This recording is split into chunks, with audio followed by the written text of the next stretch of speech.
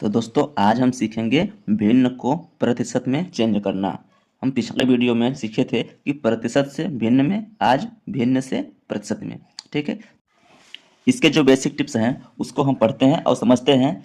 भिन्न को प्रतिशत में कैसे चेंज करेंगे। तो देखिए, किसी भी भिन्न को प्रतिशत में बदलने के लिए हर उसका 100 होना चाहिए। जो उसका हर होगा, अंश बटे हर। भिन्न को आप जानते हैं, अब पिछले वीडियो में बताए थे कि भिन्न किसे कहते हैं, अंश बटे हर को भिन्न कहते हैं। ठीक है, तो उसका जो हर है उसको हम 100 करेंगे।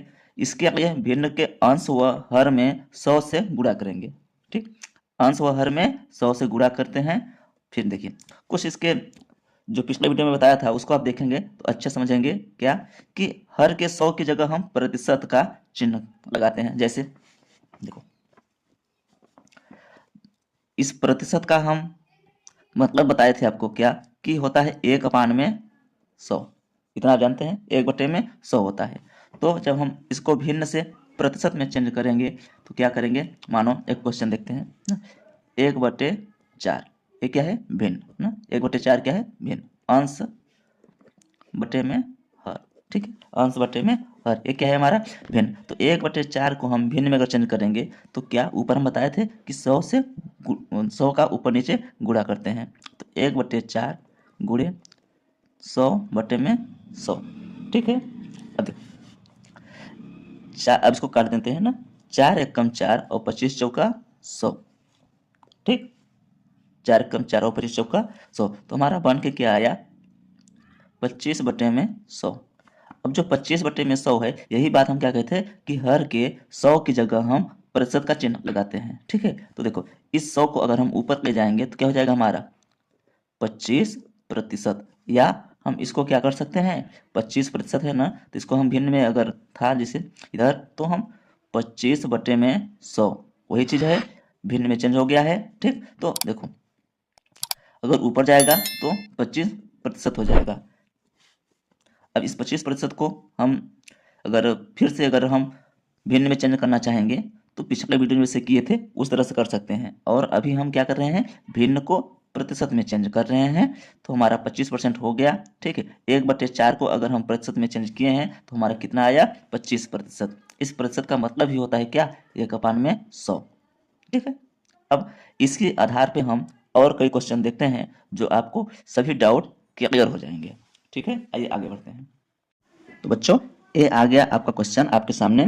इसको हम भिन्न को प्रतिशत में चेंज करेंगे।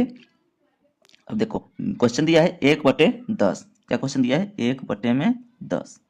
ठीक, 1/10 को हम प्रतिशत में चेंज करेंगे तो जैसे भी बताया मैं, क्या करते हैं इसमें 1/10 को हम 100 से ऊपर नीचे क्या करते हैं, गुणा कर देते हैं।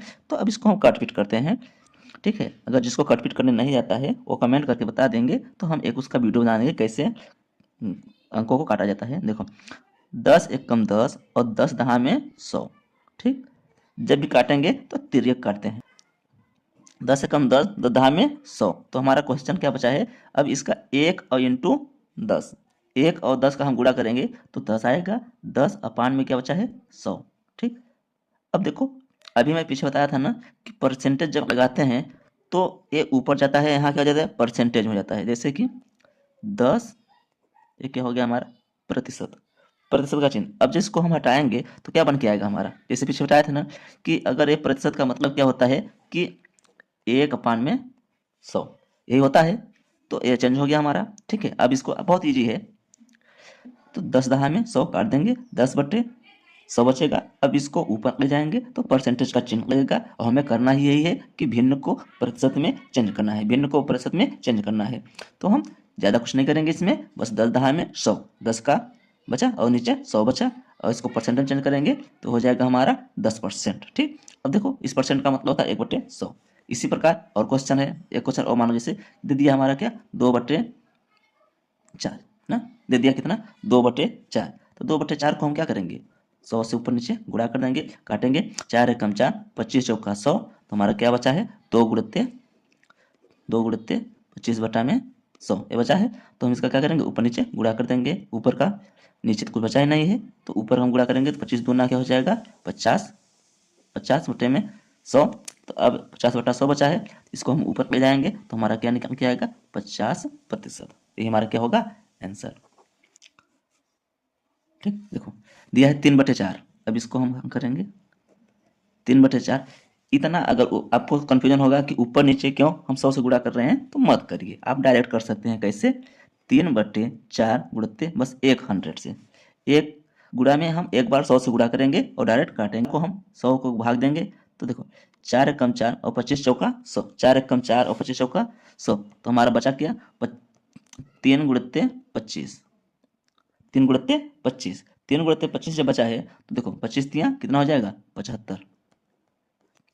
अब यहाँ हम 100 से नीचे गुणा नहीं किए हैं तो क्या करते हैं हम डायरेक्ट हम परसेंटेज का चिन्ह लगाएंगे तो हमारा निकल के आएगा 25%। यही हमारा क्या हो जाएगा आंसर।